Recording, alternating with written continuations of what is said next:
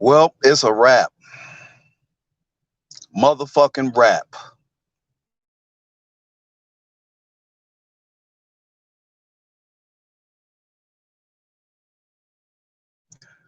I damn sure know exactly where the fuck I'm gonna begin when it comes to this video. I don't know where the fuck I want to end.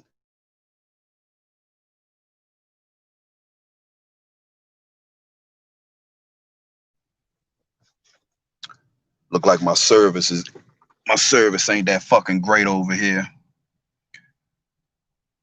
But thanks a lot, DJ. Really appreciate you, my dude. You fucking suck. I don't want to hear about all this potential with how he can run and how he's mobile, this, and that. Your end game decision making is trash. You fall right in line. Some of the dumbest fucking quarterbacks that ever came out of fucking Duke. Now, I'm sure a lot of you Giants fans out there go sit here tonight and you go hear other Giants fans tell you how great Daniel Jones, he did a good job coming back, blah, blah, blah, blah. We should have never been in a position where we was even down 8 points and had to go for 2. The reason why is because of Daniel Jones, period. You got everything that could have been given to you tonight for you to be successful and for you to give Giants Nation and all the fans out there and this organization a win against a very good Tampa Bay Buccaneers team. Make a statement. I'm not judging you this entire second season of your career on wins and losses, but I am judging you on a lot of the shit that I see on the field coming from you. You costing us games big time, regardless what the fuck these idiots sit there and say. We've lost games by 1 point, 2 points, 3 points. All these games we barely losing involves you having multiple turnovers. Multiple turnovers. No, I do not blame my defense for playing great defense the whole game against Philly and giving up a fucking touchdown by inches. Basically, that was covered to Boston Scott. No, I do not blame them. But I do blame every time the New York Giants is trying to get fucking momentum in the game and we're leading, you turn the fucking ball over. Every fucking time. There's no excuse. We got 7 losses on the season. Giants fans, yeah, if y'all got DJ on Twitter, go over to him and tell him thank you for 5 of the losses this season. Thank you. Evan Ingram, you can own up to the fucking Eagles loss. But Daniel Jones had a lot to do with that as well. But you have constantly lost games for us. With your nervous and shaky fucking play when it comes down to us being in tight games and not being able to fucking get the offense going when you know it's 4 down territory, regardless, not able to move the chains and get rhythm going. As a quarterback, a second-year quarterback who's supposed to have all this mobility, it kills me to sit there and watch you in the pocket a lot of times. What's going on, everybody? I ain't paying attention to the chat just right now. Just got home from work. But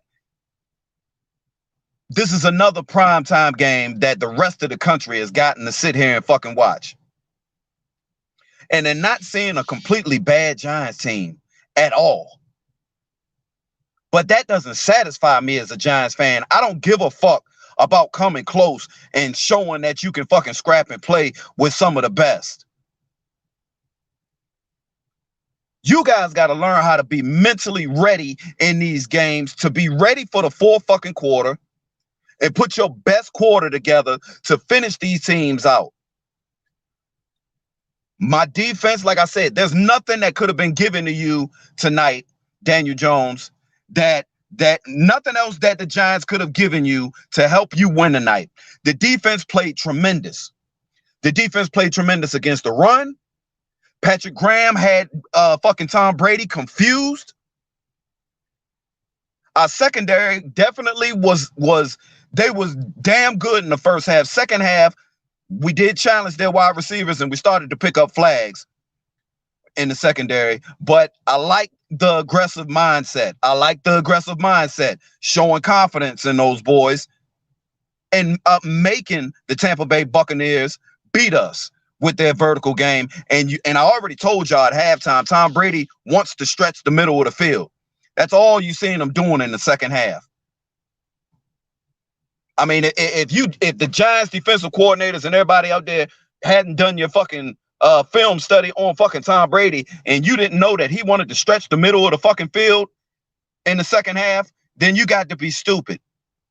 But Daniel Jones, you was given everything. Was the running game pretty damn good for the Giants tonight? Yes. Check. And my game MVP goes to, for the last two games, goes to Wayne Gallman, period. Been very effective in the running game. Did you have a bunch of wide receivers dropping passes tonight? No. Check. Were wide receivers getting separation on the Buccaneers defense in the secondary? Yes. Check. Did the defensive line stop the run? The front seven? Yes, for the most part. Check. Did we get pressure on Tom Brady for the majority of the night and had him off rhythm for the most part? Yes. Check. Our defense outplayed the Buccaneers defense as far as our front seven. You didn't hear too much of shit from their linebackers all fucking game, unless it was Daniel Jones almost throwing a pick or actually throwing a pick. You had everything at your disposal tonight and you still failed. And that's the shit that hurts the most. For most of the night, we won the field position battle against the Tampa Bay Buccaneers. Giants field position battle with the Tampa Bay Buccaneers, check. I'm pretty sure the way we were moving the ball, time of possession was probably close, but I could see us probably winning time of possession. Check. There's nothing else that can be done in a game of football as a quarterback of a team to put you in a better position to win. And you just still fucking sucked out there, dog. And I don't care what nobody fucking says. Daniel Jones, you've had a couple of opportunities this season. Like I said, I'm not judging you on wins and losses. I'm judging you on these situations and games. The game against Dallas, very emotional game. You know, you take it back a couple of weeks. We had the situation. We went up big on them. They came back. Their quarterback got hurt, emotional situation, and they bring in their backup. Cowboys go back up on us in that game. But in that game, what I'm watching with you is how we got the ball back. See, tonight we would have had an opportunity to win this game with that touchdown to goddamn Golden Tate if it wasn't for you throwing fucking turnovers and giving the fucking Buccaneers great field position and allowing them to kick fucking field goals. We pretty much held them to field goals all fucking night, other than the fucking Evans touchdown. It's you, dog. Completely you. And one thing about Eli, did he have his interception problems? Yes. Did Eli have his turnover problems with fumbling? Absolutely. But there were times in games, for the majority of the games that Eli played in his career, when it came down to a fourth quarter situation where we had to get down there and get a field goal or a touchdown or get a drive going to put a game away, Eli was clutch because we smelled blood.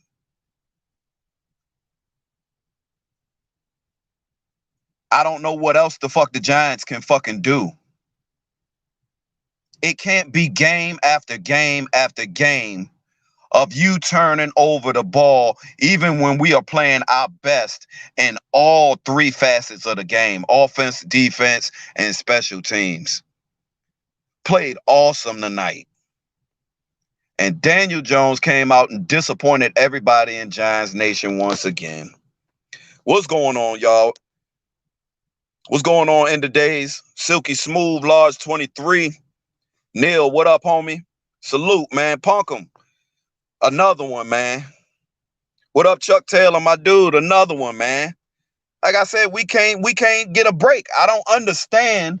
And really, to tell you the truth, again, I hate saying this. The fucking referees hate us. Hate us, man. I really don't know what that shit is about right there. It's like, you know, it feels like coincidence, but I'm gonna be honest. You know, Giants fans that watch the fucking Giants games, and you're not just watching highlights, and you tuned in. It seems like every time we're in the game and we got a great play, a big play that just happened, almost every time there's a fucking flag. Every fucking time. We do not get the benefit of the doubt when it comes to fucking referees. Even when we at home, we don't get that shit. Now that last play, you know, every time we run a route and we get a big, it was a pick route.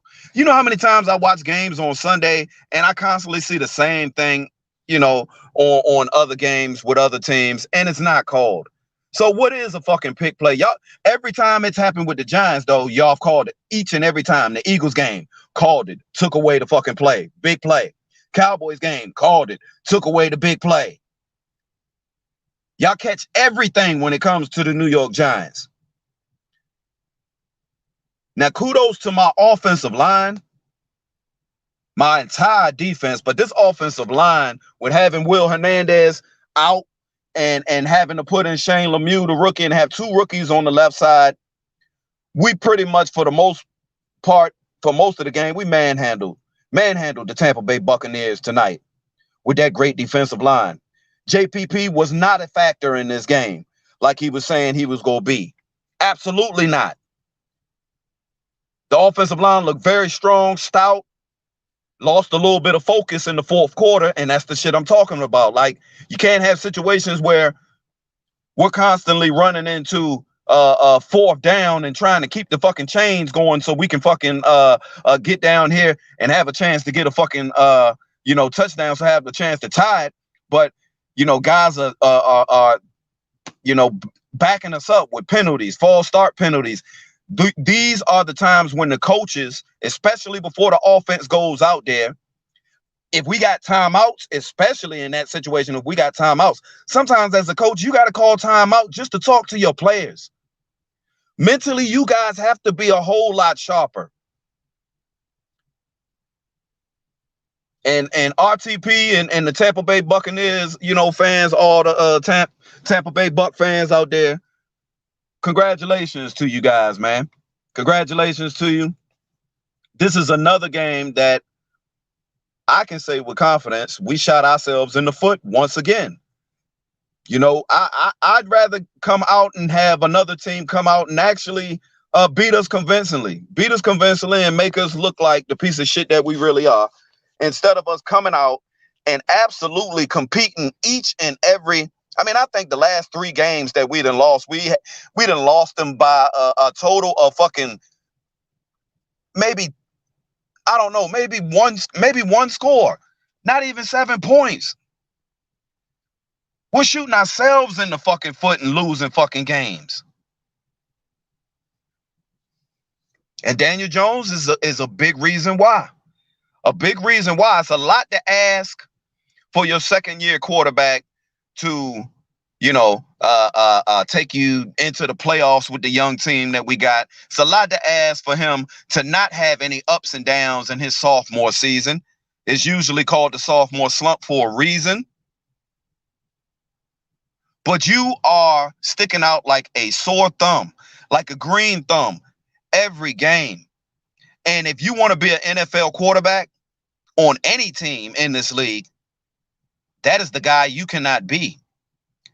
You cannot be a quarterback in the NFL and think that you're going to have a career worth watching and playing in this league if you are one of the main factors every time your team plays a game. You're one of the main factors in why we're not able to put games away early, or we're not able to win games late.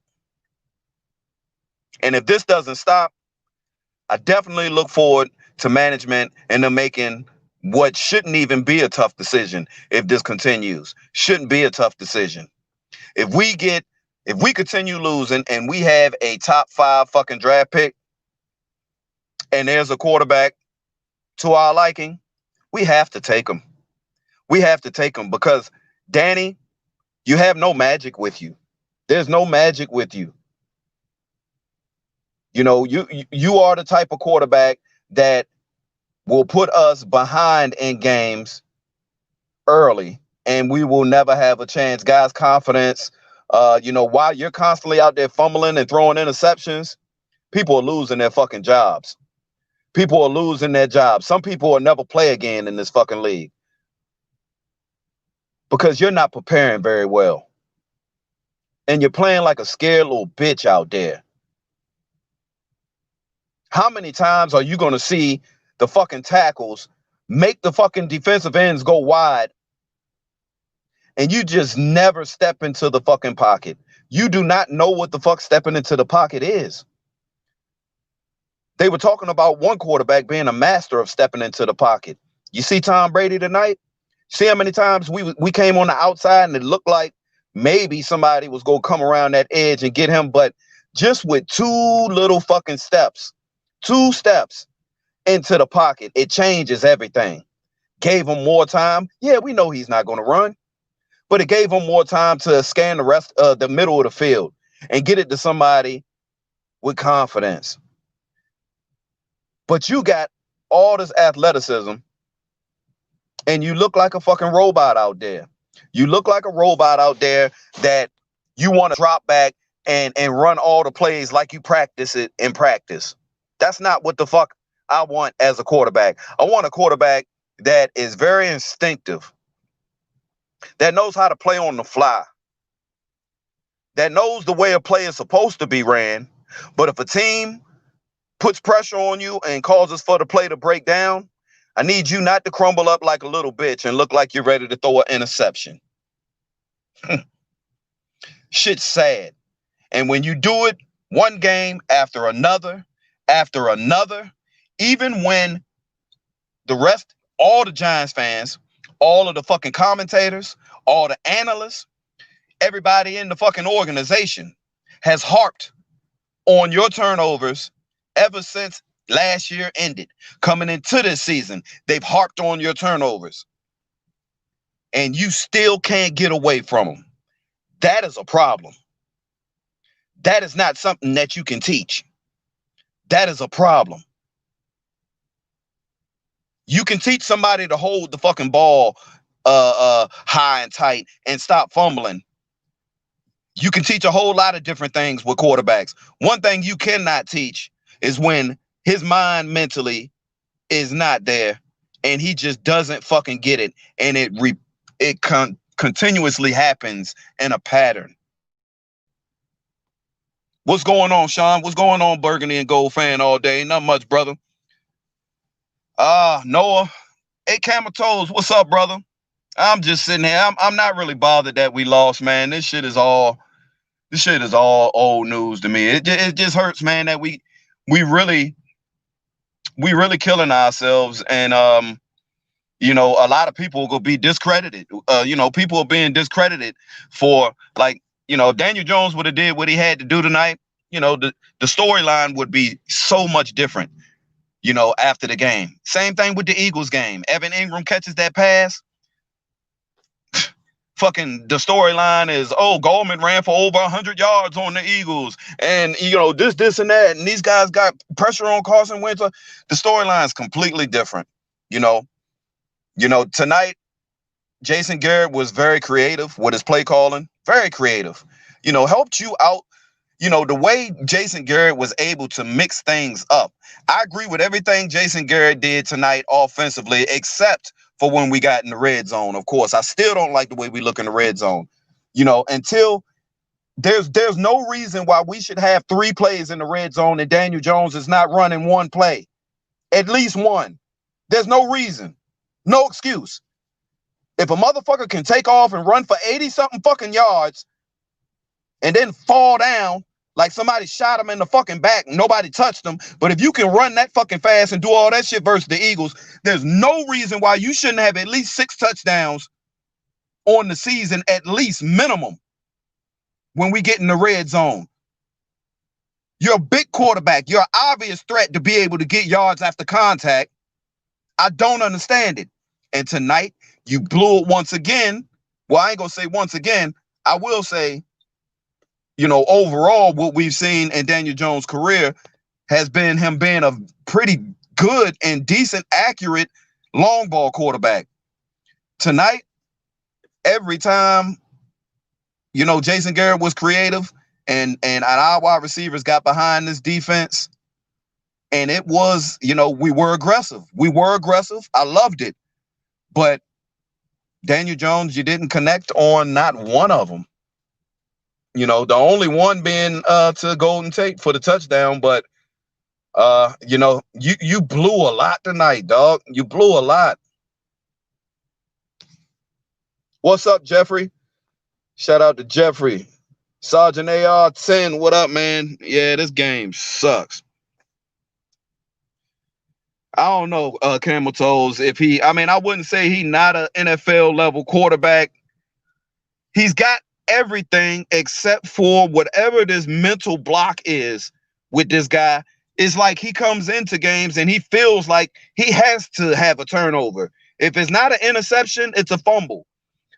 If he goes 3 quarters without a turnover, and if you bring the shit up, if a commentator brings it up and be like, well, guys, guess what? It's been 3 quarters. The Giants are still in the game.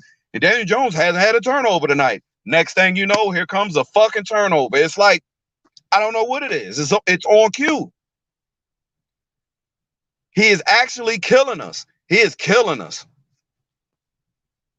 Giants fans just gonna have to accept it, man. Everybody. And I know how Bad Dog thinks. Bad Dog is pretty much gonna say the same thing that I say. Some people go lean off of some shit because they don't want to put everything on the quarterback, blase, blah, all that bullshit. You want to look at the whole team, per se, but I don't agree with that answer. The quarterback, first of all, has to be a beacon of hope. The quarterback has to be a beacon of hope, above all. If nobody else is fucking playing good, if we got no receivers, no starting receivers, and we injured, Saquon's out, our top tight end is out, defense is banged up, everybody, blah, blah, blah, offensive line shuffling. If you got your starting quarterback out there, and ask the Dallas Cowboy fans this, you got your starting quarterback out there, you're supposed to have a beacon of hope. But it's the opposite over here. I almost feel like if they actually benched Daniel Jones, we might be able to win a fucking game. Because we wouldn't have to deal with turnovers, probably. It would just be a good, hard-fought game between 2 teams trying to take advantage of field position on each other. And, the team who scores the most points and that executes the most wins. But it's not going to be based off of turnovers that leads to points. Turnovers that leads to points. Not only turnovers that leads to points, but there's plenty of times that we're in position to get points and we don't get them because you throw a turnover. You lead the NFL in fucking red zone interceptions. Taking points off the board for the New York Giants, who are losing games by 1, 2, and 3 points all the time. Getting sacked and taking us out of field goal range instead of using your instincts and realizing that nothing is there and making a very good decision out there on the field. How many times did you guys see Daniel Jones tonight throw the ball out of bounds? The entire game. I think I seen it one time. And that was on a pass. He was trying to actually get to somebody down the field. It was a horrible fucking pass. And I'm exaggerating. It probably was more than one time. But I didn't see him purposely throw the ball out of bounds when he was in trouble. He has a mental problem with thinking that he can fucking make a play out of anything. And this is the reason why we are losing a lot of fucking games. Yeah, Carson Wentz, Carson Wentz is actually, he has no excuse at all. You know, even if people want to give Daniel Jones an excuse and say, well, man, it's another year where you got a new offense. Okay. Carson Wentz, you the only NFC East quarterback that came into the season under the same system, same terminology, everything. No excuse. You are total trash. You know, Daniel Jones is definitely better than Carson Wentz. But Daniel Jones is hurting the New York Football Giants. You are hurting us, dog. What up, Nick Z? Yeah, it is sad, man. We can't put a fucking game together, man. Tonight we put together about 50 minutes of football, which led to us losing by 2 points. But we put together about 50 minutes of football. It's not good enough. Not in this league, man. And turnovers that turn into points are going to lead to a lot of L's. A lot of L's. Yeah, I hope so. We pretty much we exposed. We definitely exposed the Tampa Bay Bucks a little bit tonight. Like I said, they got a good win because I know they coming into are they coming into a short week? I'm not sure if they're coming into a short week, but I think they play the Saints next. They got a big division game. Like I said, man, how many games are we gonna come out and actually prove that we deserve to be out here on the field with these other teams and actually just blow it, man. Blow it and put our head down and walk the fuck out the stadium and back to the drawing board. How many times? We can't constantly see the same thing. I will say this. Let me say this. It's like we had a year a couple years ago. I forgot who it was under. Who the fuck was the coach? I'm not sure if it was McAdoo or if it was fucking I don't know exactly who the fuck it was. I can't remember, but there was a season where we had a bad record. We had a bad record. Basically, we ended with a bad record, but we lost a lot of close games that season. And somebody can help me out and let me know what season that was exactly, because my mind is drawing a blank. But I'm gonna get to a point, because my point basically is that that season we were looked at like one of the teams that didn't deserve to go to the playoffs, and of course, and were one of the crappy teams that had a top draft pick that year. But we lost a lot of close games that year, and they were talked about. It was one of those things where, as Giants fans, we took it like, okay, we can play with these guys. Y'all got to learn how to win. The very next season, matter of fact, that was the year we went to the playoffs in 2016. So the year that we had the horrible year and we kept losing close games, it was in 2015. 2016, we won a lot of close games. You know why? It had a lot to do with how we were playing the year before, which was pretty damn good, considering the fact that we just kept losing fucking close games and we weren't learning how to put these games away. Well, the second year, we got back out there and we were in a lot of close games, but we learned our lesson and we put those games together. And hey, I'm satisfied with winning a close game. I'm all right with that. I've never known us to come out and just jump all over teams and beat the shit out of teams. I'm okay with that. But, when we constantly losing in this fashion, it takes a lot out of you as a fan, man. I can't turn the TV off. I can't do shit but watch the game until the end, but it's gut wrenching. And this shit is just killing me. What up, Ready Red? My dude, what's going on, homie? Let's get Trump the fuck up out of here, dog. Get his ass out of here. Goddamn election day on their ass. What's today? Oh man, the motherfucking third about to be here in 8 minutes. Get his ass out of here. Shit. Sorry for yelling. No, I voted. Early on their ass. Shit. Get these Trump supporters the fuck up out of here. So the country can get serious about this COVID shit and we can get back into the stadiums. Well, y'all know I'm a TV fan, so I don't know why I'm getting excited about that. But get back into the stadiums so the fans can watch these fucking games. Get these Trump supporters out of here.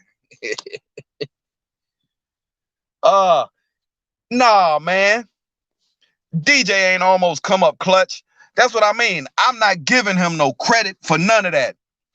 DJ is the reason why Tampa Bay was up 8 in the first place at the end of the game. There was no reason for them to be up 8 points on us. We went into halftime with 14 points. Before we scored at the end of the game, we had only scored three fucking points the whole fucking half. And we started the fucking second half out with great field position. Great field position. Get nothing. Nothing. You know, we wasn't able to create turnovers, per se, as far as from Tom Brady.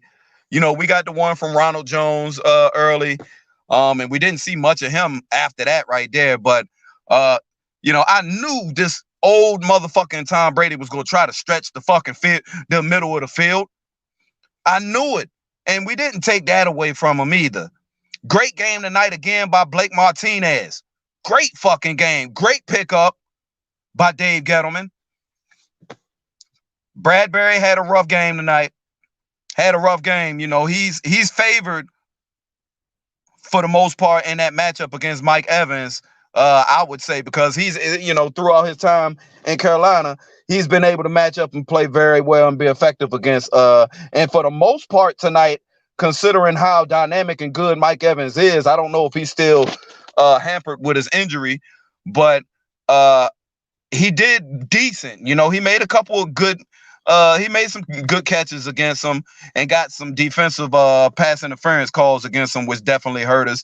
But, and he caught that touchdown pass, but he wasn't, taking over the game and constantly being Tom Brady's, fucking, he wasn't constantly being Tom Brady's little comfort blanket or whatever you want to call it on third down when it came to, them needing to move the sticks. Shit, I don't even know if we play next week or if we got to bye. I got to look at the fucking schedule, man. But I'm going to go in here and just smoke me some weed, man, and sit back and take this fucking L. I can't bet no money really on this team no more unless we playing in the NFC East. If we playing the Washington football team, the Eagles or the Cowboys, y'all holler at me. Holler at me. Bets is still good in the NFC East, but any team outside the NFC East, can't do it. Won't do it. Yeah, losing like this hurts, dog. But we moving in the right direction. I love what Joe Judge is doing with this team mentally, physically.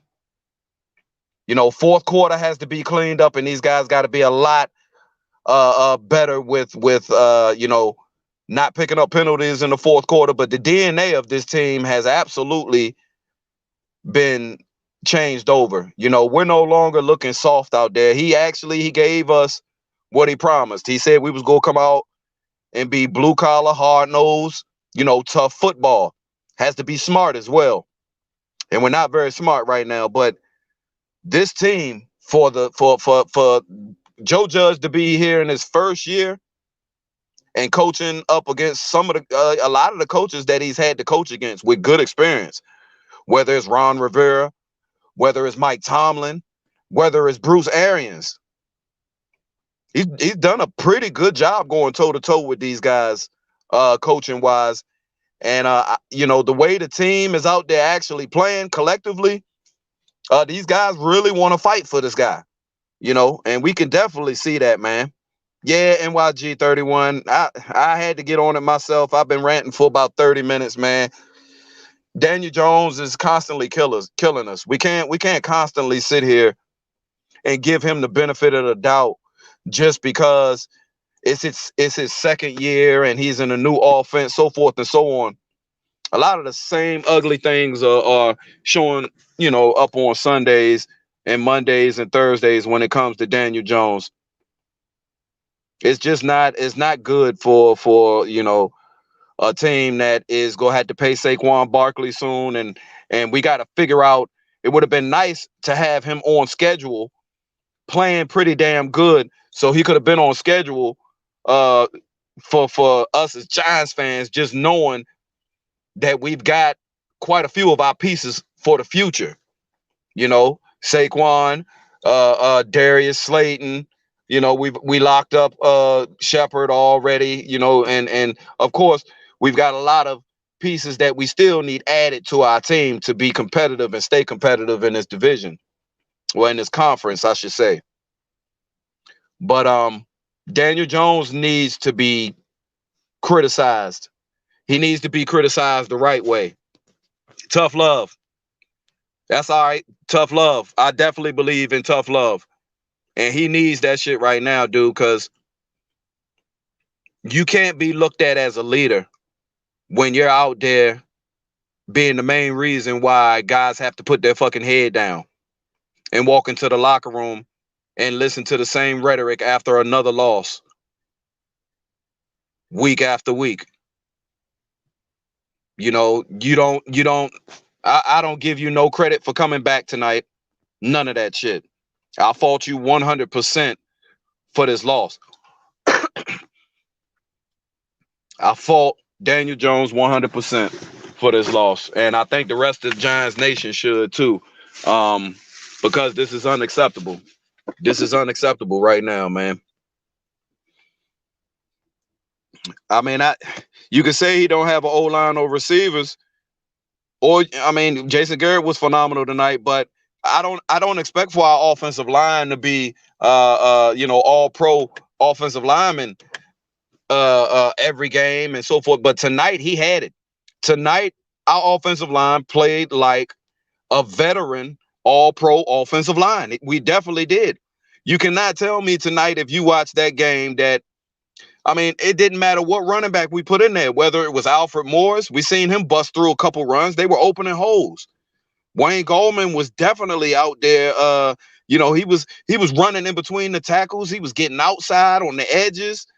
He was effective in the passing game. What more do you want? There's not much more that can be done.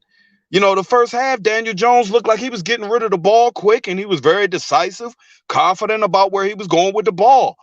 I seen a lot of growth in the first half when it came to him with that right there, because we hadn't been seeing him throughout the season a lot of times just having drives where we're getting in rhythm, like snap the ball, bam, first, second man open, get it to him, easy pass, bam, let the receiver do the rest with his feet. Get it to the man that's open, run this little route, turn around, bam, right on the money. Look good. But then the next thing you know, of course, in the second half, we was going to have to be aggressive, but not aggressive to where you completely take your head out of the game and you don't know when a play is over. A play is over. You got two Buccaneers on you trying to sack you, and you still trying to throw a fucking pass to somebody. It's inexcusable. And we keep losing games like this. So it is what it is, man. I just can't wait till next year. I'm already talking about next year. The season is a loss, obviously, for us, 1-7. But theoretically, we shouldn't even be 1-7 right now. But that's not saying shit. It's not saying shit, but we definitely shouldn't be 1-7. We are, but we shouldn't be. You know, I give us at least 3 wins already this season, at least minimum. And you can say 4 or 5 if you really want to be technical about it. And really, you know, but I gave the benefit of the doubt and just said 3. Whether you want to sit there and talk about the Cowboys and Eagles games, which I definitely wanted to win and we should have won, but you know, we cannot put teams away, and we're not going to do anything in the near future. We're not going to do anything in the near future with a quarterback that doesn't have it in him to not turn the ball over every game. Every game. And this is with no exaggeration. I think if you go and look at the stats, and somebody probably definitely already is, you look up stats, and Daniel Jones has turned the ball over in every game we played this year. You can't have one game. You can't have one game without a fucking turnover. I think maybe the only game he didn't turn the ball over was in the Washington football game. Sorry, y'all. I'm going in the house. It's a little dark out here. Getting cold out here in Virginia. Ah, man. Nah, we don't want no Jimmy G. Shit, Jimmy G can't stay. He can't stay healthy. Daniel Jones has been able to stay relatively healthy throughout his career. And even though it's only been his second year, he did get hurt. He got hurt last year, but he wasn't out for the whole season. Jimmy G, he had too many serious injuries, man. What's up, my dude, Diggy? Yep, another one, bro. Another one, bro. I don't know. I said I blame it on DJ, man. DJ, if you're not gonna step up, DJ, I need you to step down. That's what I need you to do, my dude. Because we gonna need another quarterback out here. You know, I'm close enough to New York, New Jersey, whatever y'all want to say. But out here in Giants country, we like our quarterbacks to have a little bit of Eli in them when it comes to the end of these games. You know, a little bit of Joe Namath. We like our quarterbacks to have a little bit of something with them. You know, I don't want no robotic fucking quarterback that don't know how to fucking show emotion out there and get his squad pumped up. And that's what I get with you all the time. You know, why do we always got to be in a situation where it's after the fact? You know, you made the play and then you show some hypeness. No, learn how to be hype and you know, show some moxie out there for your offense without having to fucking always draw it up on paper and run it and execute it. You know, the guys feed off of you. They feed off of confidence, the confidence that you go bring to the offense.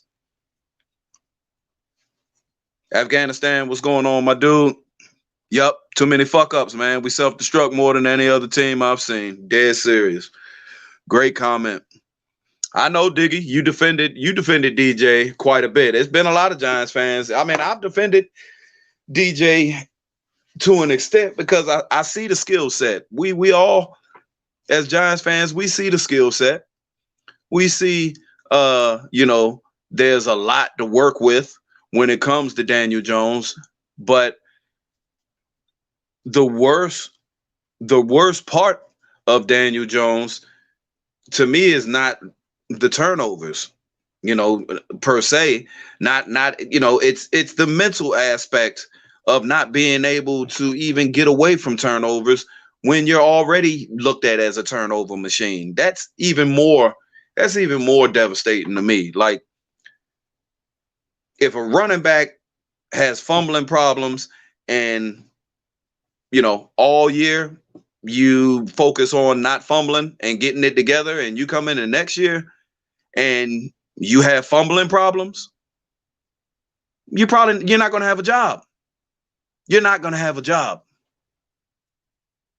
You're going to be a free agent. And it's a good chance nobody's going to pick you up until they probably need somebody during the season if someone gets hurt, because they know you're a fumbler. It's not that you're not a good running back. It's not that you're not one of the top 10 running backs in the league, career-wise, career stats, all this other shit. Who cares? If you have certain characteristics about you and your game is flawed in certain points at your position, it is a problem. And the mental mistakes from Daniel Jones and the turnovers, creating points for other teams and killing drives for the New York Giants, those are things that you are supposed to lose your job over. Now, when Eli was doing this, and everybody said Eli had a bunch of interceptions too, and he fumbled a lot too. But Eli wasn't losing as much as you. Eli wasn't losing as much as you. Eli went to the playoffs in his second year. Even though he had a very good veteran team out there, he had the pieces around him to go to the playoffs. And really all Eli had to do was be a game manager in his second year, which he did. He was a game manager and we went to the playoffs. But what's going to be done? What's going to be done with DJ? It has to be talked about now. It can't be talked about at the end of the season, leading into the draft and all.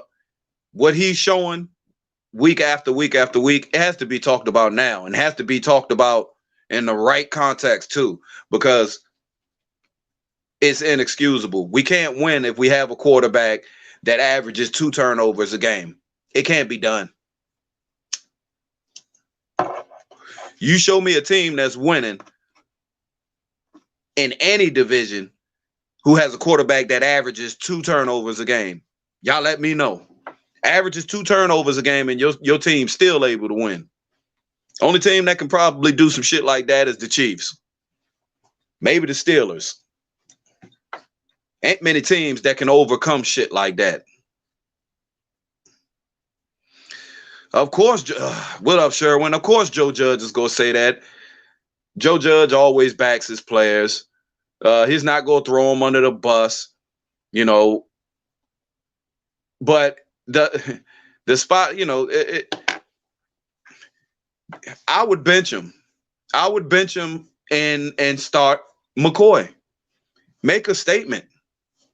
There has to be a statement made. I would bench him and start McCoy next game. And I'd let him know, you're not going to play this week. You need to sit here and think about, you need to look at what the fuck is going on from the sideline and think about whether this is where you want to be right here for the rest of your career. That's what you need to think about. You want to be on the sideline holding the fucking clipboard and watching Colt McCoy? That's what you want to do? Well, keep turning the fucking ball over. There has to be something. And if something is done like that, it's going to be criticized and looked at in a certain light, but it's for the best. And it's actually to mentally make Daniel Jones stronger.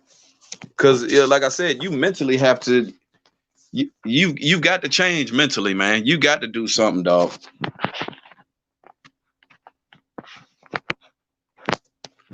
Oh, man. So, I mean,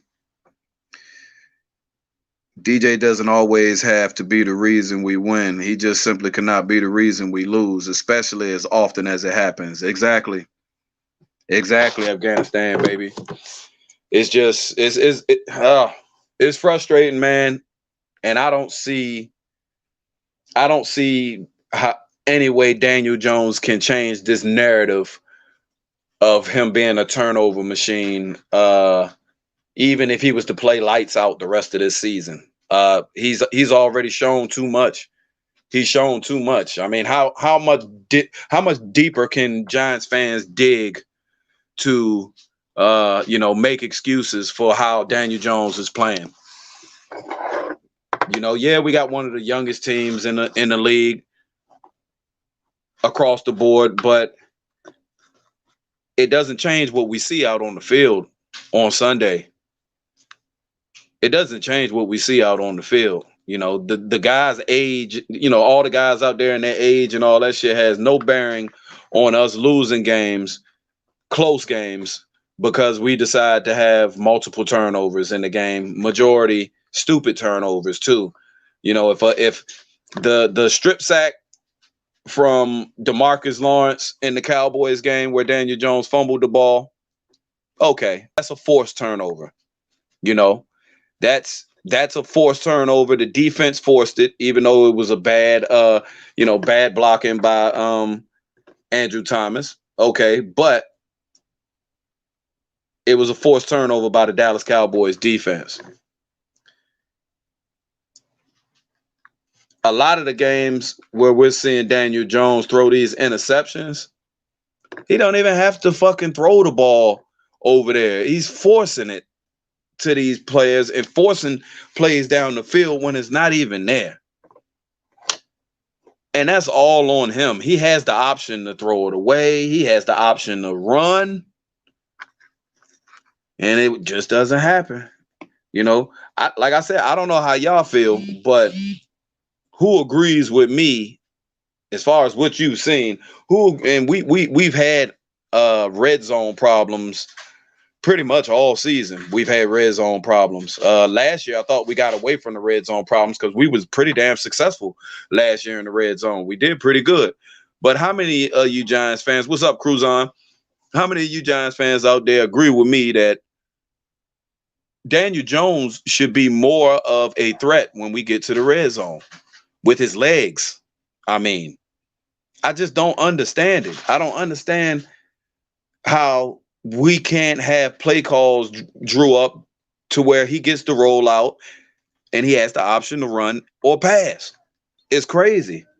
I guarantee you, if we use Daniel Jones and his legs when we get past the 20-yard line, we will score a touchdown if he uses his fucking legs and don't fumble the ball. But I just don't see it. And these guys are educated. These guys are educated and got experience. You know, fucking Jason Garrett and been a head coach in the league, so forth and so on. How could you not? Y'all look at film all the fucking time, so forth and so on. Come on, girl. Get outside. Gotta let my dog out. She's sitting there crying like shit. Come on. Come on, girl.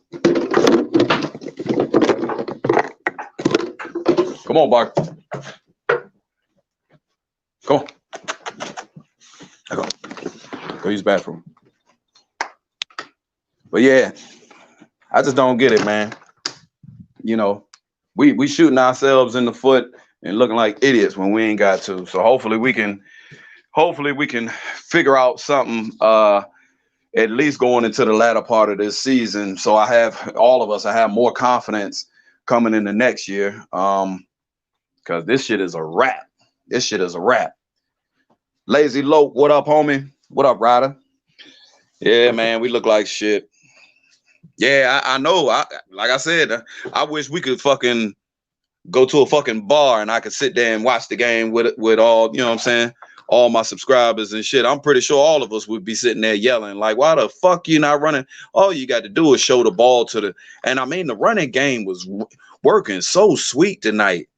So sweet tonight. I didn't expect for Gallman to be, you know, one of those inside runners like he's been the last two games. He's actually shown me something. You know, I wasn't high on Wayne Gallman in that situation when Saquon went down. I didn't feel like he could be a every down back, but he's not built like an every down back. But Wayne Gallman is a tough ass motherfucker. That motherfucker run hard. So, hey, salute to you, Wayne. I don't know what it is. I don't know if you're on steroids or what, but that boy run hard. Yeah, Cruzon, I love our defense too, man. I love it. You know, this defense, and really another great pickup. I don't know what we're gonna do with Gettleman, and I see the rumors and stuff is starting to circulate with them looking for another GM. And I like the the option that that's out there with what's his name, Nick I don't even know his last name, Nick Cassero or whatever his name is. But you know, another great pickup, and we criticized it last season, of course, because of how it was done.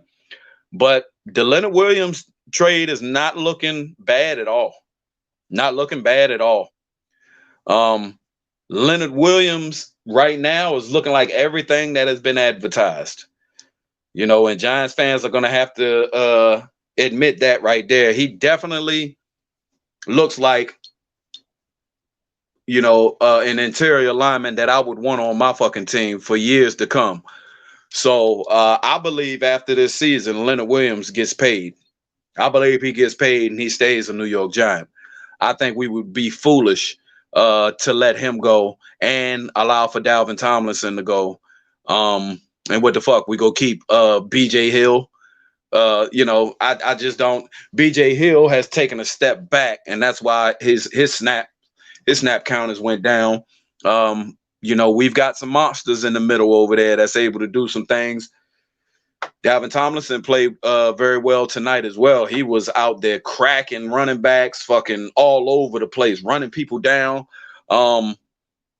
These guys are hustling, man, hustling, and I could see that the guys are putting in the work. They're putting in the work, but we can't get special teams, defense, and offense to play well all together and put this thing together. And I mean, we can't even get defense and offense to play together well. So it's always one thing or another. And then by the time the offense does actually do something, the defense is tired and worn out.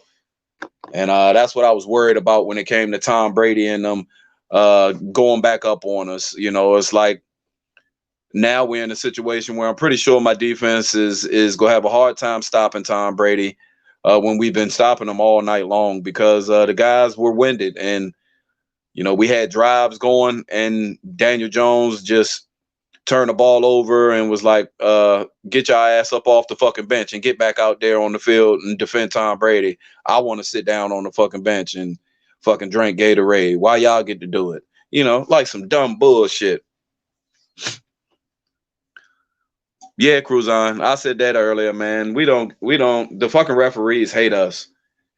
And this ain't no normal like NFL referees suck talk.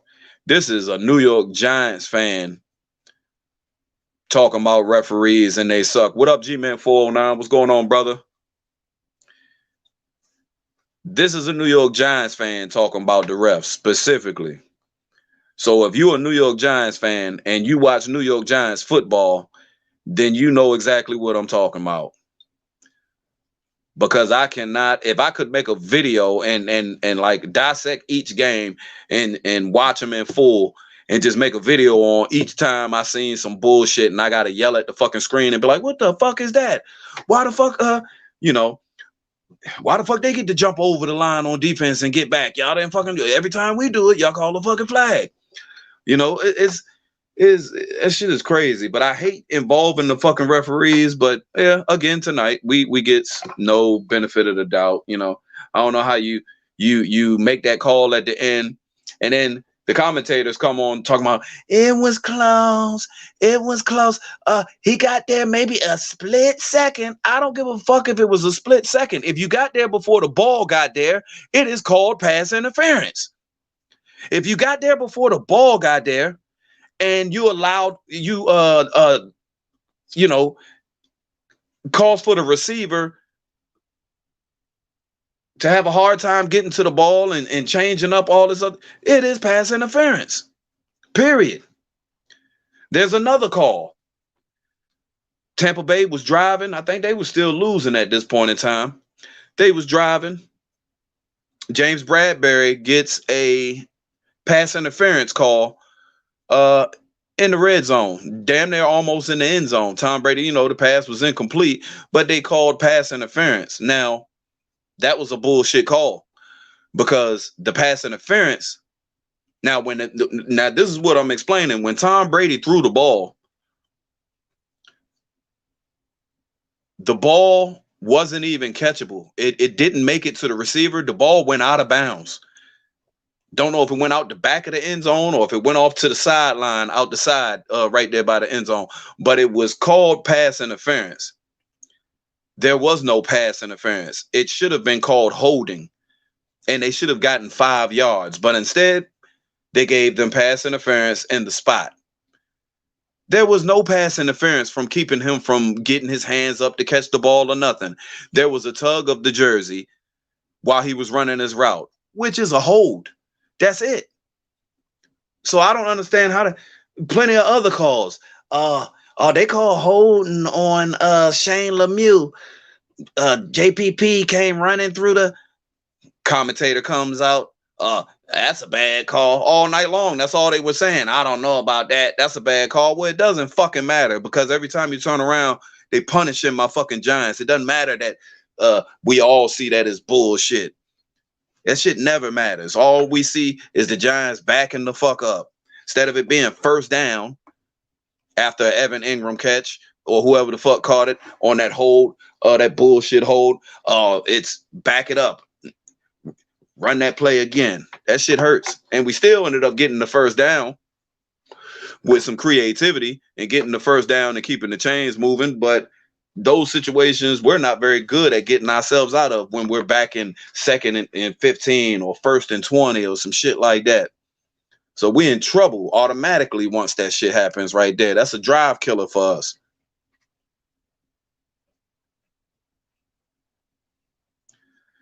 Oh yeah, Scott, you're right. Yeah, I mean, it's a lot of things, man. But as much as we losing, we'd be doing ourselves a disservice as Giants fans just sitting here complaining about the refs because it ain't gonna help us. It ain't gonna help us. But it definitely seems like we're not popular. You could even tell before the game came on. We're playing at home. Of course, I know we 1-6. We trash. NFC East trash. But you would have thought they was playing in fucking in Florida. And the Tampa Bay Bucks was at fucking home. All they were talking about was Bucks this, Bucks that. These guys are very good here. They're good on defense. They look at this defensive line. JPP said he was going to get after the Giants. He going to make them pay for letting him go with your 2-finger ass. These guys, the running backs are really good. And let's not speak about this wide receiving core. They got Antoine Winfield Jr. You remember his dad? All this other bullshit. It's all Bucks. Bucks. God damn, the Giants is at home, you pieces of shit. This is our Monday night game at home. But I guess it was warranted because this is what the Giants do right here. We are the laughing stock. One thing Daniel Jones didn't do tonight was at least make himself a fucking meme. Fucking dumbass. At least you didn't make yourself a fucking meme tonight. Fucking embarrassing. That's it, man.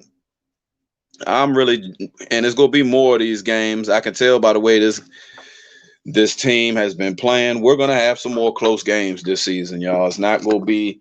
These guys are not gonna give up on this coach. They're not gonna give up on this season, regardless if you want to watch the games as a Giants fan or not. This team will not quit on this season and on this coach. But with that said, Daniel Jones, you will be judged in these game time situations.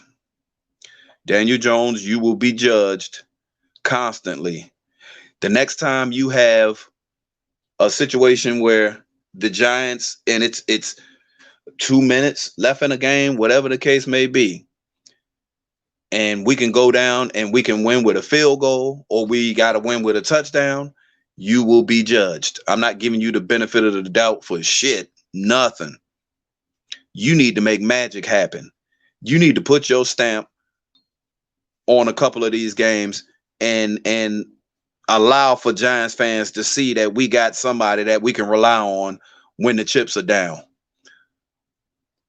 Because right now, when these chips are down, you down with the chips as well. And that leaves all of us in a fucked up situation. Every last one of us in a fucked up situation. the fans, the other players out there wasting their career playing with you, guys that's gonna be cut and released and shit because you can't get it together, coaches that's gonna be fucking gone. You shit. Dave Gettleman might be cursing your ass out because Dave Gettleman drafted your motherfucking ass. He probably like, you about to get me fucking fired. You the main reason right now this season why Dave Gettleman is gonna get fired, or why they even talking about it, to be honest, because every one of Dave Gettleman's picks haven't been the greatest. But what I will say is, and what people won't be able to sit here and deny, is Leonard Williams is good. James Bradbury is good. Kyler Fackrell is good.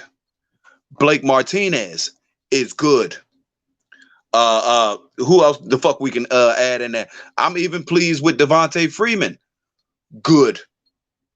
What other free agents we got come? Not even, let's just talk about the free agents. Let's talk about the impact that some of these young rookies are having. You know, these young rookies have been able to have good, that means good shit. You can look at Darius Slayton.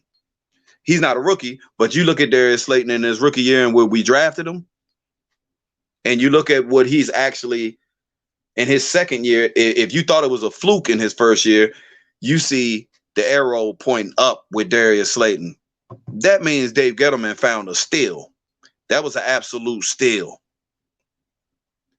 There's a lot of good things with this team. Carter Coughlin looked good tonight. Cam Brown looked good tonight. You know, a lot of the young players out there are taking the teaching that they're getting from this coaching staff and they're applying it to the field on Sunday. And they actually are progressing and looking the way I would like for my rookies to look like they're actually getting it now. And these guys out there playing with a good sense of urgency out there and contributing to what's going on. But, you know, I don't know what's going to go on. But like I said, I think the main reason why Gettleman is on the hot seat right now, in particular, is Daniel Jones. A couple of these games, we would have won, to be honest with you. We definitely would have won. And Dave Gettleman wouldn't be on the hot seat right now. You know, and if Dave Gettleman is, you know, fired, you know, hopefully that's the best decision. Yeah, I haven't agreed with everything he's done, but it's only been, you know, as far as I'm gonna take from last year to this year. You know, I'll give him, and we're about to be in a situation where we're not, you know, we're not strapped cap wise either after this year. So we really gonna be able to make some moves and do some things in this organization.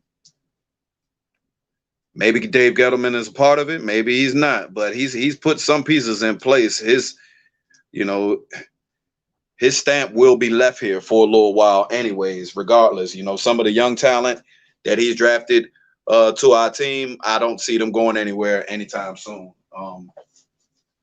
So anytime you actually have that situation happen, if you got, you know, you guys remember with Jerry Reese, we had plenty of players that were drafted under Jerry Reese that you know, weren't worth re-signing, period. You know, but for the most part, all of them left, or all of them at some point in time was even out of the NFL. You know, they're not even picked up by other teams. So I think we've got quite a few players that Dave Gettleman has drafted, and quite a few players that he's brought over free agent wise that is going to be very good for us going forward. So I definitely, even if he is gone, I thank him for that. I definitely thank him for that.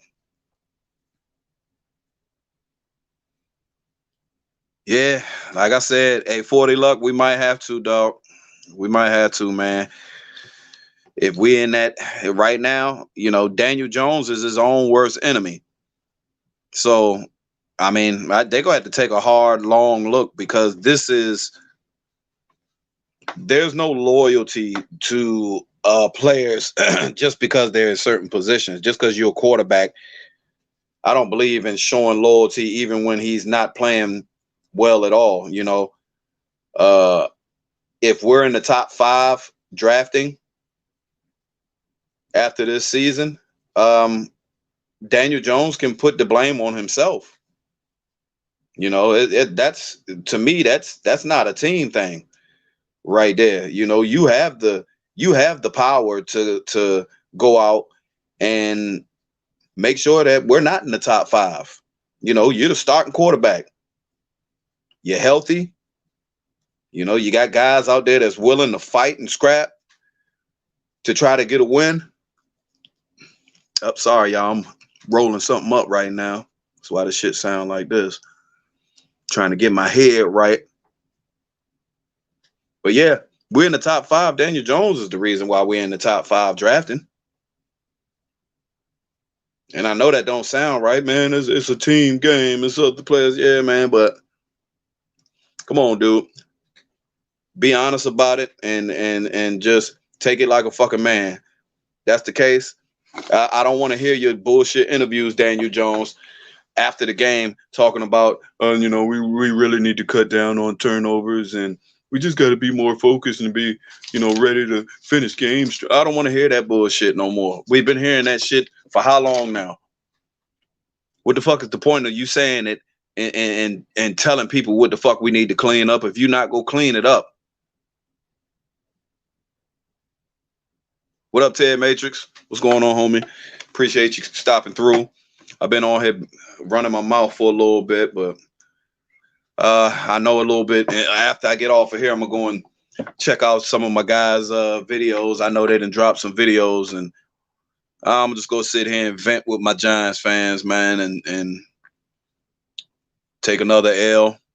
Can't get no fucking happiness. The crazy thing is that for real, man, I feel like we still the best. Right now, the Giants look like the best team in the NFC East. And that's some stupid shit, seeing that we won in 7. We won in fucking 7. But we definitely, more so than the Cowboys, of course, they, quarterback is gone and their offense is garbage right now. The Eagles, I don't know what their problem is. They don't look good at all, but let them think whatever they want to as Eagle fans. You ain't gonna change their mind. And Washington football team, they got a real good defense, defensive front 7, but nah. Redskins, they getting a little bit too hyped. They go struggle coming down the stretch right here. They trash on offense and their secondary is trash still.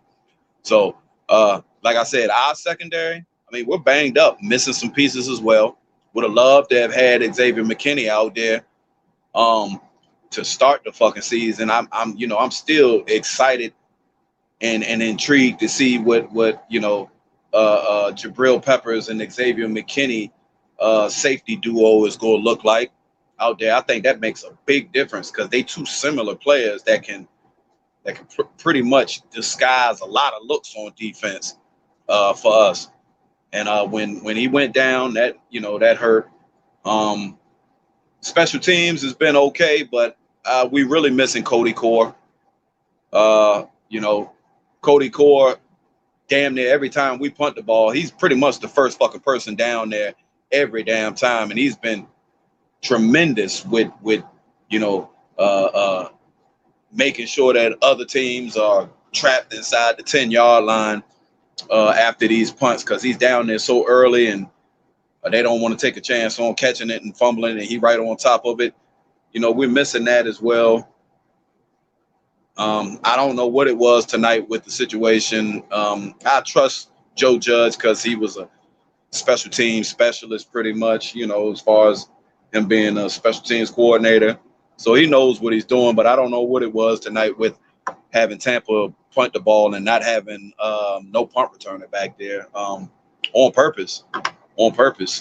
So If the Bucks were smart and they knew that, they had a punter that was smart enough, he would have kicked the ball differently and kicked the ball to where when the shit bounces, it's gonna bounce, all the way down towards the end zone, and they would have backed us up every fucking time. He could have punted from the fucking 10-yard line on their side of the field and fucking kicked a 90 fucking yard kick or some shit, 89-yard fucking punt.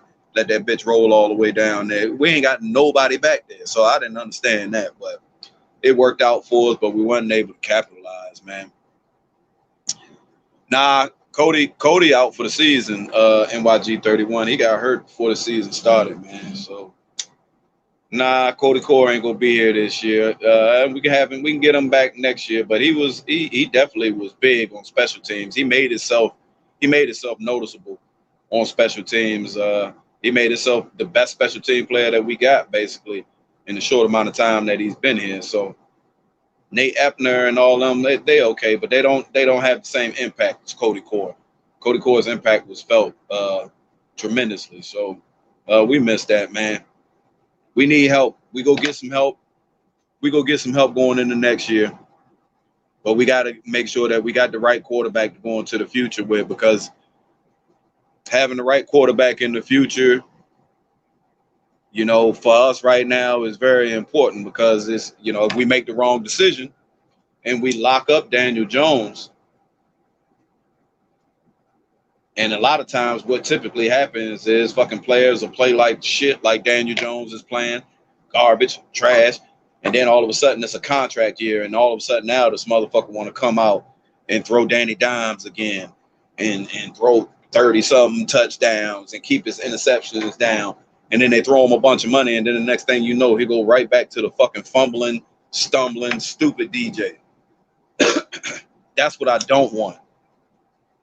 I want to be able to feel confident that these turnover situations with this dude is gone, out of here. And if we get to the end of this season, regardless how, I don't care if the last 2 games he tears it up. If for 14 games you sat there and you played up and down football and you didn't, he's got to be judged on it. He's got to be judged on it. And I expect for us, if he continues this going down the stretch of this season right here, for us to draft a quarterback early, because he's going to put us in that position to do so. And we cannot afford to pass it up. There will be a quarterback competition, and basically it's on you, Daniel Jones. We can draft a top quarterback, and of course a top quarterback should be absolutely put in as a quarterback competition immediately. It's nobody else's fault but yours. It's no different from you getting drafted number 6 and Eli pretty much being on the hot seat immediately. They already knew if Eli played bad, Eli come out and he played bad these first couple of games, we just go put Daniel Jones in. That's exactly what the fuck y'all did. So I look forward to Daniel Jones having a quarterback competition and quarterback controversy if you continue playing like this going into the offseason. If we don't have a quarterback controversy going into the offseason and these guys really are not thinking about drafting a quarterback and he continues to play like this, we're in trouble. We're in trouble. These guys are gonna fumble this decision and fuck this up. So it is what it is, man. I'm gonna get up off of here. I know I've been on. I ain't know I was on here for an hour. Fucking time flies when you're on here cooling. Oh, excuse me. Well, I done lit up the motherfucking hell. Might as well fight these demons. Shake this shit right here off, man.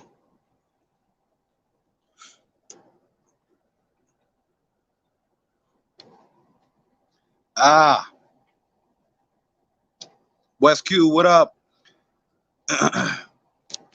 He said, I'm tired of this shit. I'm tired of this shit too.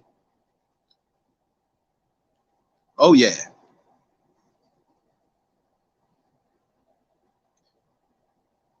Shit, Redskins ain't there right now. Redskins going, shit, they doing good. They doing good. They had a bye. I don't know, Ted. I ain't liked it. I didn't like the game, man. Didn't like the game for real. I'm getting tired of these type of games for real. So it is what it is, brother. We got to do better. If we knew better, we do better. But we don't know no better. We're gonna keep losing games like this in this fashion until we get this shit through our head, man. Turnovers will kill you.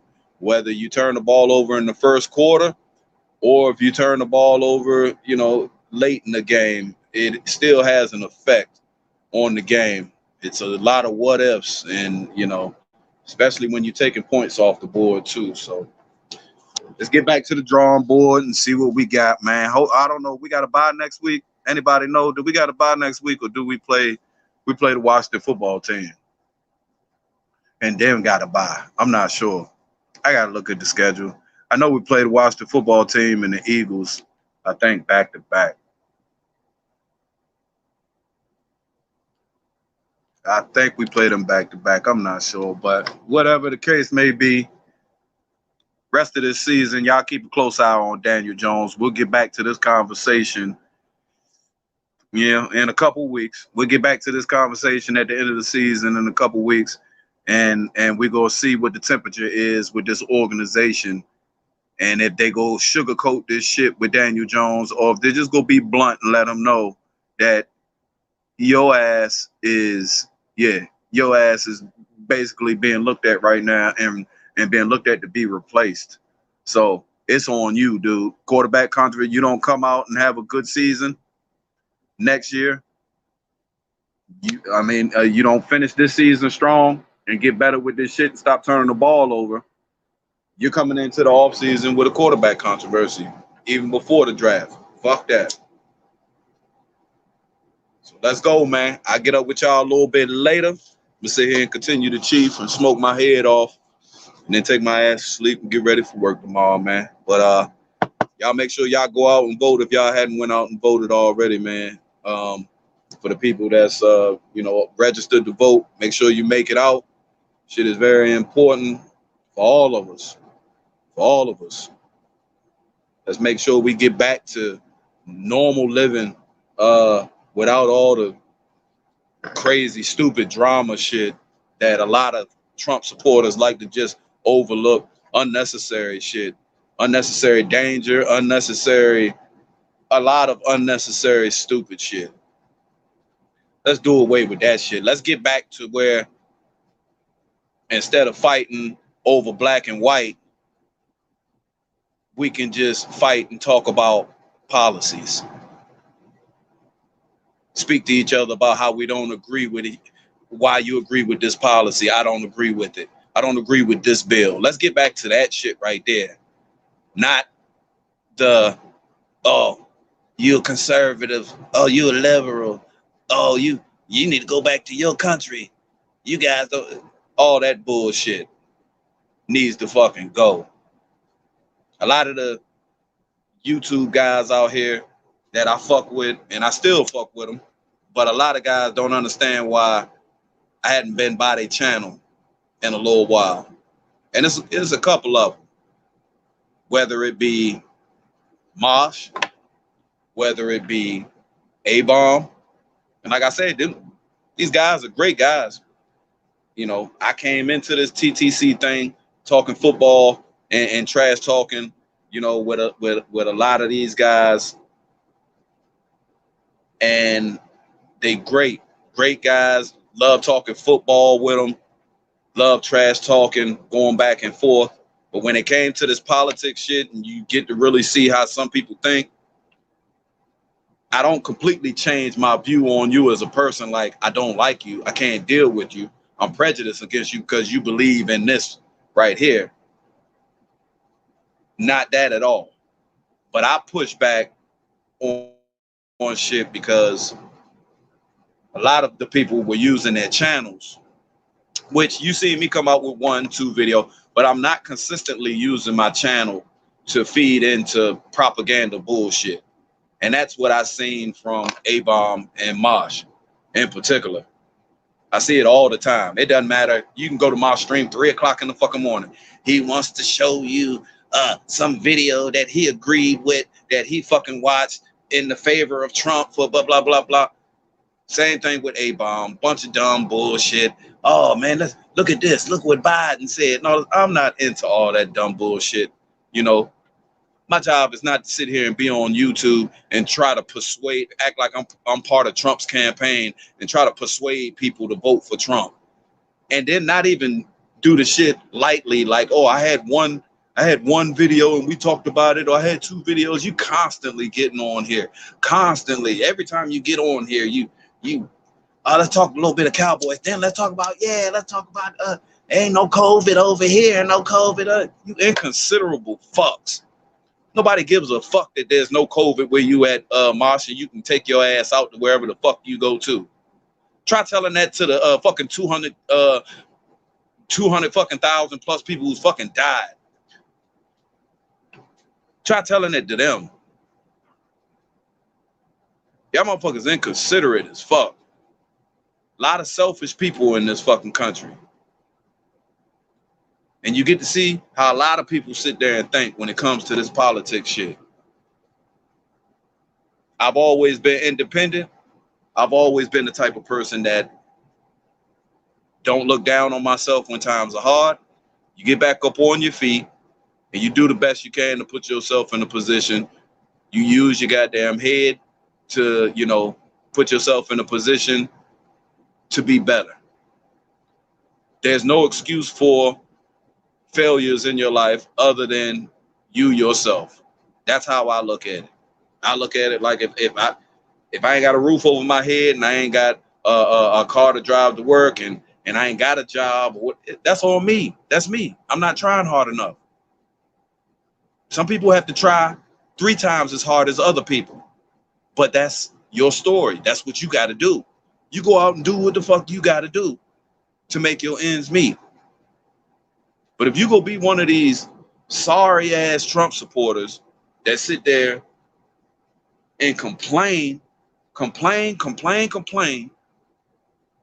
then act like you motherfuckers are a working force in this fucking country on the other end of that, you can't have it both ways. Oh, I'm voting for Trump because, man, he keep money in my pocket and blase. But you can't ignore all the other shit that's going on too. You can't. It doesn't overweigh all the other shit that's going on. Your president is not running for president re-election. He's running against the election. He's running against democracy. He's trying to do away with the election process. So y'all gonna have to miss me with all this dumb shit. Don't come out as president acting like a bitch, complaining about the legitimacy of the fucking election because of mail-in ballots, but you yourself go above and beyond to fuck with the fucking post office. You yourself go above and beyond to be corrupt yourself. Nobody is doing the corrupt shit to mail-in ballots but you, motherfucker. Ain't nobody stupid. You want to talk about how this shouldn't be counted and that shouldn't be counted, so forth and so on. Shut that shit up.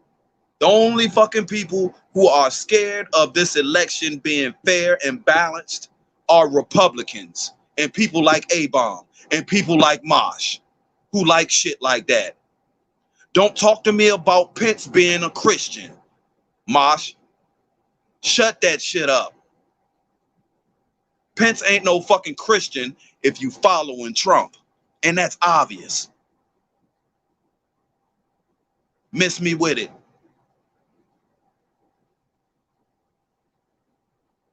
Every last bit of it. The Trump family, under their own doing, is going to be under investigation. Period. That's their own doing. Nobody else, dog.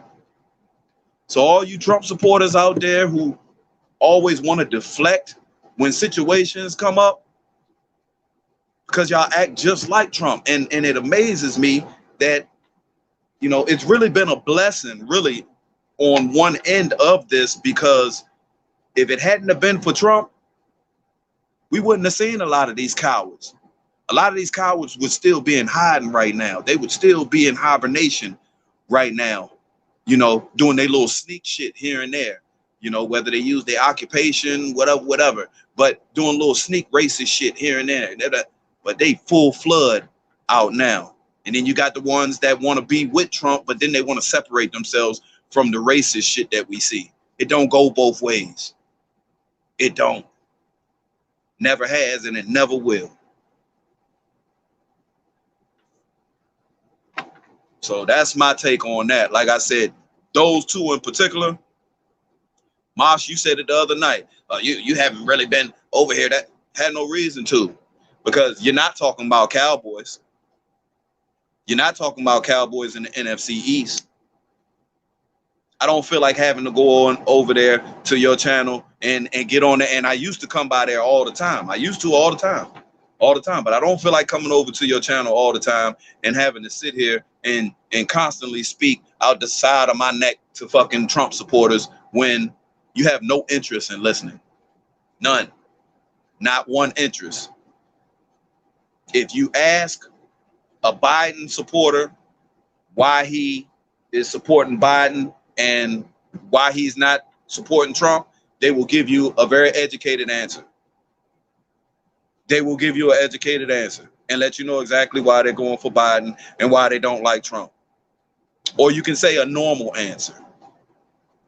You ask Trump supporters why they're so hell-bent on going for Trump, and they're so fucking convinced that Joe Biden is, a lot of them say the same stupid shit.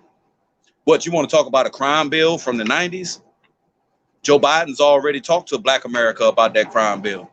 That's the difference between Trump and Biden. Trump, stop putting black people on fucking TV, sell out coon ass black people in commercials and on TV acting like black people, Black America supports you. No, they don't. It's only the fucking Tim Scott coon ass niggas. That's it. Coon ass niggas like Lil Wayne. Lil Wayne coon ass is supporting you because this motherfucker is on probation. So if he gets locked up, oh, Trump's gonna give me a pardon. You little pussy, but you go sell your race out. Ask Trump supporters why they support Trump. Oh, because he shows confidence and he don't take nothing from nobody. And George Floyd died and he said he couldn't breathe. And now they're forcing us to wear masks and we're saying we can't breathe and they don't give a fuck. Shut y'all dumbasses the fuck up. American goddamn institutions and schools have fucking failed us tremendously. Am I the smartest? Fuck no. But am I as dumb as some of these fucking Trump supporters? Absolutely fucking not. Oh, y'all rolled up on Joe Biden's bus with surrounding Trump supporters. Y'all think that shit cute? It's all cute, huh? But it's a threat when a bunch of black people come together with a bunch of niggas out there, bunch of niggas together with an intention to go out somewhere and be seen and come in numbers, intimidating. Oh, then we thugs and criminals then, huh? We thugs and criminals. But we seeing who the real fucking thugs and criminals are in this country. It's these right-wing, stupid motherfuckers. Period. Y'all keep talking about Antifa and all this other shit. Y'all listen to whatever you motherfuckers would follow Jim Jones. You Trump supporters. Y'all would fucking follow Jim Jones. Y'all been drunk the Kool-Aid.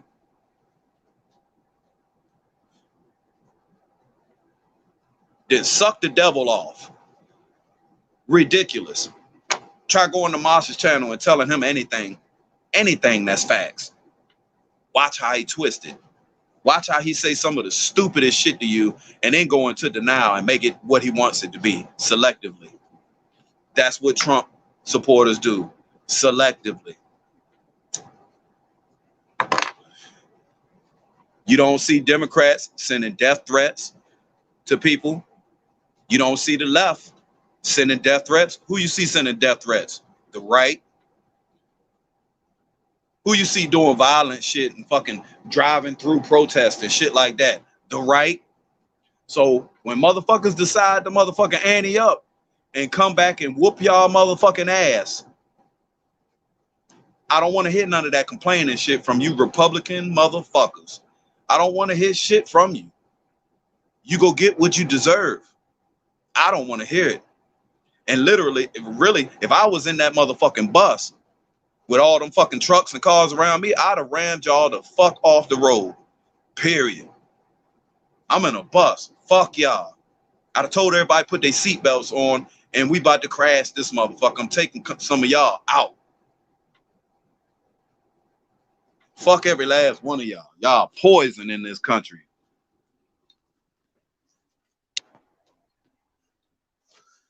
So it is what it is. I'm gonna get up off of here, man. But yeah, maybe I'll be back on Marsh's channel and A-Bomb's channel if they allow me to be after all this politics shit goes down. And I don't care if Trump was to win or if Biden wins.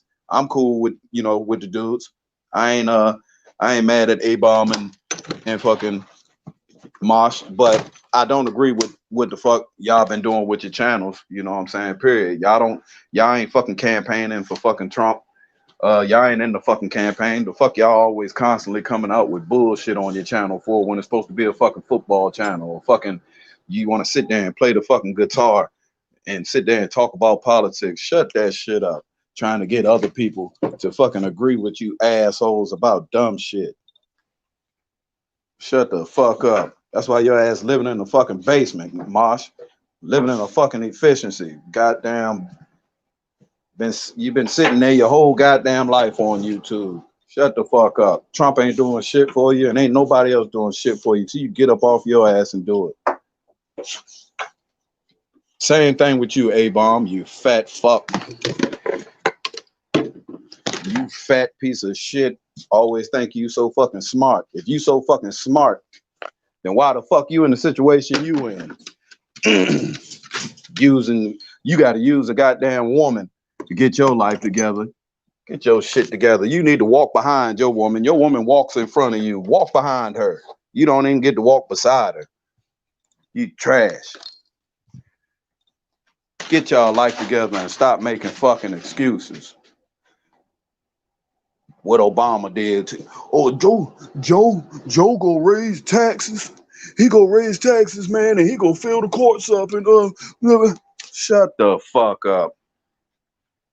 That's just crazy. Y'all motherfuckers would rather sit there and root for a motherfucker that is a failure in his fucking life than to sit there and take the consideration of somebody who already been in office that's done this shit before. Then already helped as a vice president bring us through H1N1. Then already helped us as a vice president help bring us through Ebola. Then already dealt with a recession and brought the economy back. Man, y'all shut that shit up. Y'all don't know what the fuck y'all talking about. Y'all got a different agenda with y'all dumbass. Only thing that's gonna happen is as soon as we find out if the fucking Trump fucking won, we gonna find out who the fucking cult really fucking is. Ain't gonna be no in-between slick sly bullshit. It's gonna be a full onslaught of racism. Fuck out of here. And if y'all don't like that, A-Bomb and Mosh, fuck you guys. All right, man, but I'm gonna get up off of here. I ain't gonna yap too much more, man. Appreciate everybody who came through tonight. Wish it would have been for a victory lap, but it is what it is. I know we can beat the Redskins though, so we might got a victory lap coming up. We can beat the Washington football team. I know that. Damn. Sit here and lick these wounds, man. I get up with y'all a little bit later, man. One love. Everybody take care of themselves out there. And get out and vote, man. If y'all ain't voted already, get it done. No excuses. I'll let y'all later. One.